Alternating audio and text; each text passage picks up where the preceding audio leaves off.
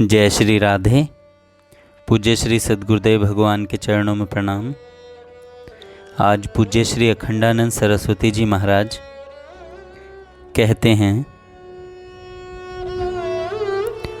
एक बहुत सुंदर प्रश्न आता है कि भगवान के नाम का जो आनंद हमें नहीं आता, इसका कारण क्या है। श्री स्वामी जी महाराज कहते हैं, स्वामी श्री अखंडानंद जी महाराज, कि एक दिन रात में स्वर्ग आश्रम में बैठा था, गंगा जी के किनारे एक सज्जन आए। सन्यासी होने के बाद की बात है। बोले, स्वामी जी, मैं दुनिया में कुछ नहीं चाहता, स्त्री नहीं, पुत्र नहीं, धन नहीं, अपना शरीर भी नहीं चाहता।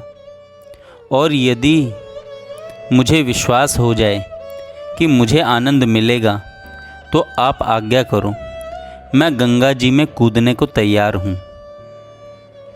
परंतु मैं आनंद चाहता हूँ और कुछ नहीं चाहता हूँ। कहाँ से आनंद हमको मिलेगा यह नहीं मालूम। समाधि से मिले, ईश्वर से मिले, ब्याह से मिले, मरने से मिले, त्याग से मिले, जैसे मिले वैसे, हमको तो आनंद चाहिए। हम आनंद के लिए आए हैं। मैंने उससे पूछा, स्वामी जी महाराज कहते हैं कि मैंने उससे पूछा कि तुम सचमुच आनंद के सिवाय और कुछ नहीं चाहते हो, तुमको और कोई इच्छा नहीं है। वह बोला कि हाँ महाराज, इतनी बात हमारी समझ में आ गई है कि हम जितनी खटपट दुनिया में करते हैं वह आनंद के लिए ही करते हैं। आनंद के लिए धन कमाया, आनंद के लिए विवाह किया, आनंद के लिए बच्चा पैदा किए, आनंद के लिए ही सब कुछ चाहते हैं, परंतु आनंद ही नहीं मिलता। एक आनंद के सिवाय हमारे मन में दूसरी कोई इच्छा नहीं है। तो मैंने कहा कि अच्छा बैठो।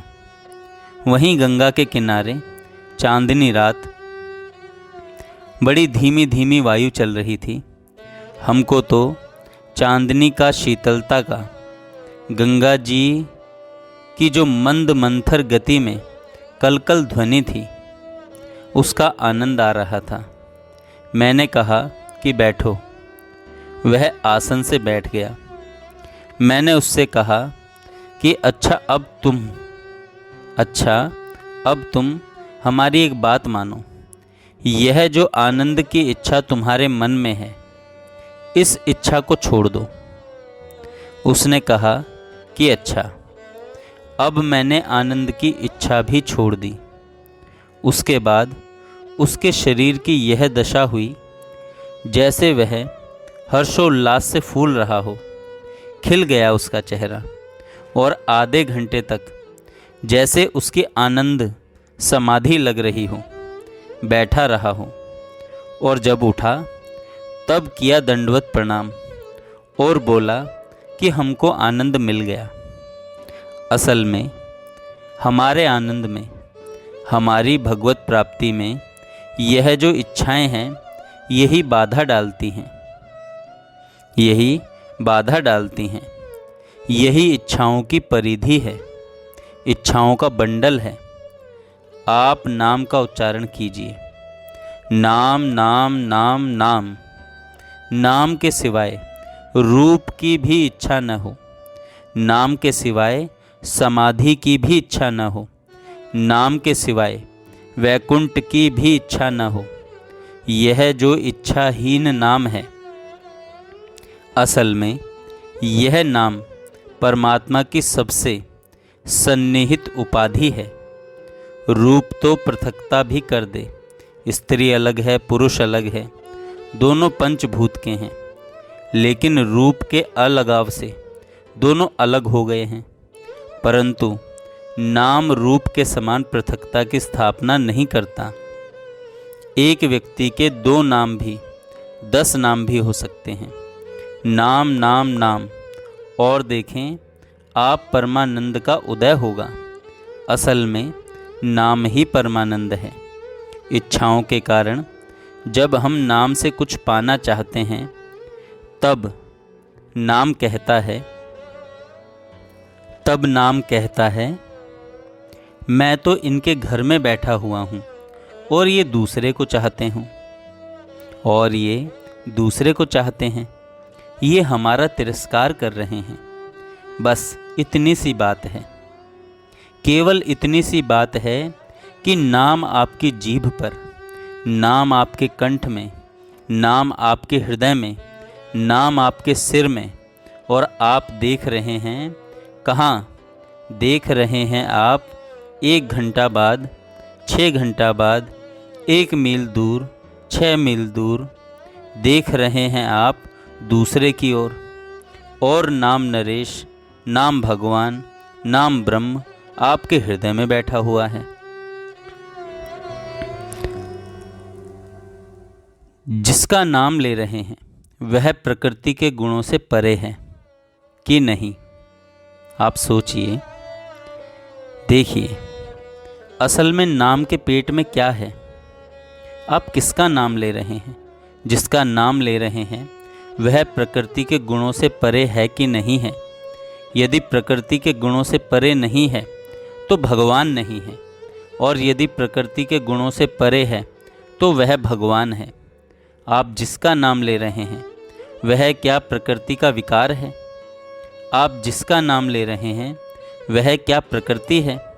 नहीं नहीं, वह तो प्रकृति का नियंता है, प्रकृति का आश्रय है, आधार है, प्रकृति का प्रकाशक है, प्रकृति का स्वामी है। वह प्रकृति से अतीत और प्रकृति के गुणों से अतीत है।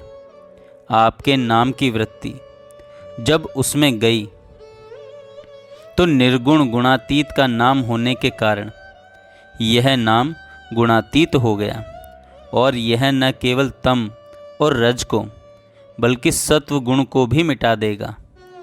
अच्छा भाई, गुणातीत का तो नाम है, परंतु अभी अविद्या बन रही है। अविद्या क्या है? उस गुणातीत को अपने से अलग जानते हो, यही अविद्या है। देखो, जब तक तुम अपने को गुणी नहीं मानोगे और उसमें कोई विशेष गुण नहीं मानोगे, और अपने में कोई विशेष गुण नहीं मानोगे, तब तक भेद हो ही नहीं सकता। असल में दृष्टि गुण पर है, वस्तु पर नहीं। तो जब हम उस निर्विशेष वस्तु का नाम उच्चारण करते हैं जिससे जगत अलग नहीं है, जीव अलग नहीं है, तब नाम निर्विशेष हो जाता है और निर्विशेष ब्रह्म का साक्षात्कार हो जाता है। तो कहने का अभिप्राय यह है कि आखिर आप कुछ चाहते हैं कि नहीं? तो यदि आप दुष्चरित्रता को, दुर्भावना को, दुर्गुण को मिटाना चाहते हैं तो भगवान का नाम लीजिए। यदि आप राग द्वेष को मिटाना चाहते हैं तो भगवान का नाम लीजिए। यदि आप अहंकार को मिटाना चाहते हैं तो भगवान का नाम लीजिए। यदि आप प्राकृत गुणों से अतीत परमेश्वर से एक होना चाहते हैं तो भगवान का नाम लीजिए। और यदि आत्मा के रूप से ही भगवान का साक्षात्कार करना चाहते हैं तो भगवान का नाम लीजिए। इतना सुगम है यह नाम, इतना सुगम है यह नाम। मधु चरण करता हुआ है यह नाम। गोपी कहती है, सखी यह 2 अक्षर कृष्ण, इसमें कितना अमृत भरा हुआ है, यह कौन सा रसायन है? पंडित राज जगन्नाथ बोलते हैं, अरे झूठे श्रम में क्यों फंसे हो, सब व्यर्थ हैं। दूसरे सारे के सारे श्रम शून्य हैं, निष्फल हैं। सारे के सारे साधन शून्य हैं और राम नाम अंक है।